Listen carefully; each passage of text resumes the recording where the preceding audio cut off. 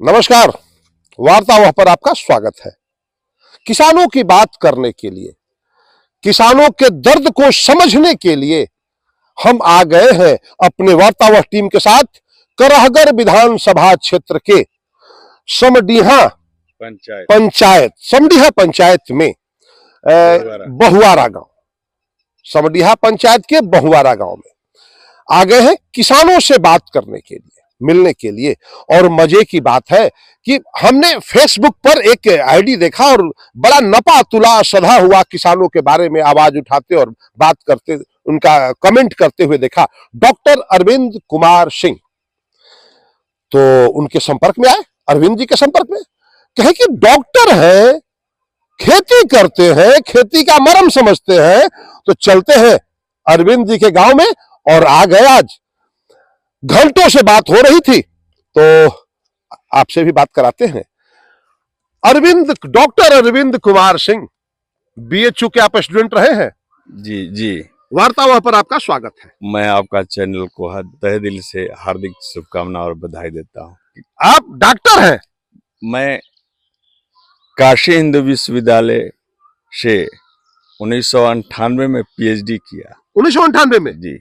किस सब्जेक्ट से? Modern history से। Modern history. और मेरा पीएचडी का टॉपिक था बिहार में कांग्रेस और किसान सभा। बिहार में कांग्रेस और किसान सभा 1934 से 47 तक मेरा टाइमिंग था। 10 साल का। 10 साल का इतिहास लिखने का। मैं बहुत सही जगह पे आया हूं। डॉक्टर है, मैं तो पहले सोच रहा था ये आदमी के डॉक्टर है कि घोड़ा के डॉक्टर है, और फिर नहीं, ये किताबों के डॉक्टर है। और मजे की बात है कि इनका पीएचडी कांग्रेस और किसानी पे हुआ है, और अब तो मामला भाजपा और किसानों के बीच का फंसा है।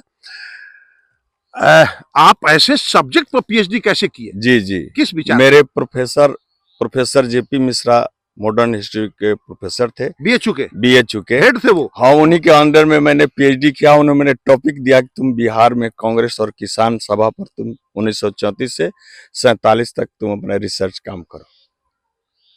बहुत अच्छा। और अब मैंने शोध कार्य किया।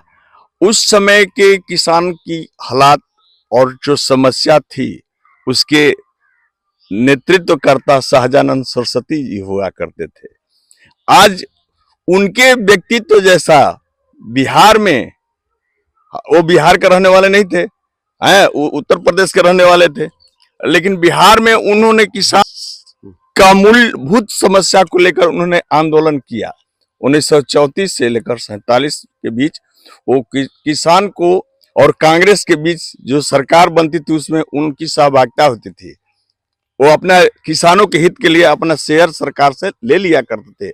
आज की जो हालात बनी हुई है किसानों की, आज दयनीय स्थिति में है किसान। दयनीय स्थिति में किसान। पहले भी कहावत कहा गया है कि किसान का बेटा कर्ज में पैदा लेता है और कर्ज में पलता है, और कर्ज ही अपने परिवार को छोड़कर चला जाता है। इसी कहावत के बाद तो मोदी जी जब सत्ता में आए तो कहे थे कि मैं 2022 में किसानों की आय दोगुनी कर दूंगा। जब 14 में मोदी जी की सरकार बनी तो मोदी जी की कथनी और करनी में बहुत फर्क दिखाई दिया। आज भी किसान वही हालात में है और कल भी उसी हालात में थे। आप कितने बीघा में खेती करते हैं? मैं तो किसान का बेटा हूं। मैं खेती तो मेरे घर के परिवार के सदस्य लोग करते हैं। जो हम हालात जो आज के देखे, जब खाद का न समय से नहीं मिलना, खाद का मूल्य भी निर्धारित नहीं है, मतलब मैंने सरकारी कीमत पर उर्वरक आपके गांव के लोग खरीदते हैं? नहीं खरीदते हैं, मिलता ही नहीं है, तो खरीदेंगे कहाँ से? सब यहाँ डीलर दलाल, मतलब आप पढ़े लिखे हैं, आप डॉक्टर हैं, आप तो सब जानते हैं। अरे भैया, हम तो किसान के किताब पर पढ़े हैं ना, किताब लिखे हैं ना, प्रैक्टिकल क्षेत्र में नहीं है। हम तो थ्योरी पढ़कर अभी तक से हैं। आप थ्योरी का ख्याल ज्ञाता है कि किसानों को क्या समस्या है। सही समय पर खाद मिलना चाहिए, सही समय पर बीज मिलना चाहिए, सही समय को उनकी लागत का प्राइस मिलना चाहिए। वो आज कहीं नहीं दिखाई दे रहा है। हाँ, सही बोले हैं। कहीं नहीं दिखाई दे रहा है। मैं खुद आज 15 दिन से गांव में हूँ, अपने खेत खलिहान को देखता हूँ, किसान को चेहरा देखता हूँ, किसान के बच्चों की हालात को देखता हूँ। न तन पर अच्छा वस्त्र है, न चेहरे पर मुस्कान है। किसान पूरे देश का पेट भरता है, तो क्या किसान का बेटा को देश पढ़ा पा रहा है? नहीं नहीं, देश नहीं किसान का बेटा को पढ़ा रहा है। किसान अपना बेटा पढ़ा लेगा? नहीं, कहीं नहीं। किसान तो अपना उसका अब पेट नहीं भर रहा है साहब। किसान का पेट नहीं भर रहा है। जो देश का पेट भरता है। हाँ, जो देश को पेट भरता है, किसान को उसका पेट खाली है। और अगर कहीं किसान बीमार हो जाए तो उसके पास पैसा नहीं है, मरना पड़ रहा है, मर रहा है। डॉक्टर के पास जाएगा तो डॉक्टर भी जलाद की तरह काम कर रहा है, 10 रुपए के जगह पर 100 रुपए ले रहा है किसानों से। जांच में उसका पूरा मतलब खेत तक से गहना भी बेच देगा, उसको तो मरना ही है। इसलिए छोड़ना पड़ेगा आने वाले भविष्य में। खेती छोड़ना पड़ेगा आने वाले भविष्य मैं चैलेंज देता हूँ। हाँ। हर किसान छोड़ देगा ये खेती करना, तो फिर खाएगा कैसे? खाएगा या चाहे यूरिया सरकारी कीमत पर गांव के लोग ले पा रहे हैं? सरकारी कीमत पर गांव और देहात में नहीं मिलता है। सब दुकान पर जाते हैं, मतलब उसका प्राइस क्या है, मिलना चाहिए कितना में लेकर ले आते हैं क्या, ये तो ये महिला बताएगी। हाँ। खेती करती है। हाँ, और महिला भी खेती करती है। जागरूक। हाँ, आप आइए जागरूक महिला ये सब बता दी। कुछ बोलिए आप। सोचिए, इनका बेटा भी नहीं है कि आपका शुभ नाम क्या है? अपना नाम बताइए।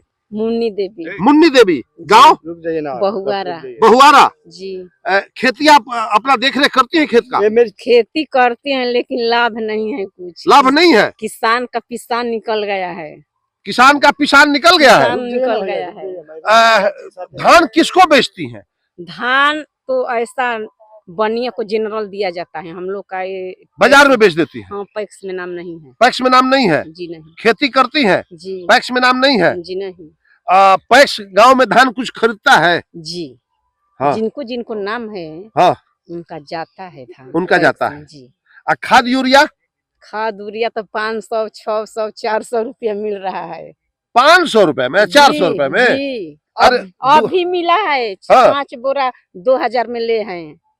2000 में 5 बोरा भी ली है। जी।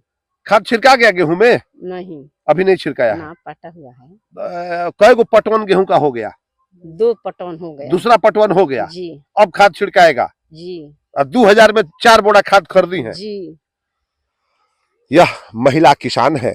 हमारे बीच और भी कुछ किसान हैं और संजोग से हम यहाँ आए हुए हैं, तो सोचे कि किसानों से मिलते हैं, किसानी की बात उनके आंगन में आकर करते हैं।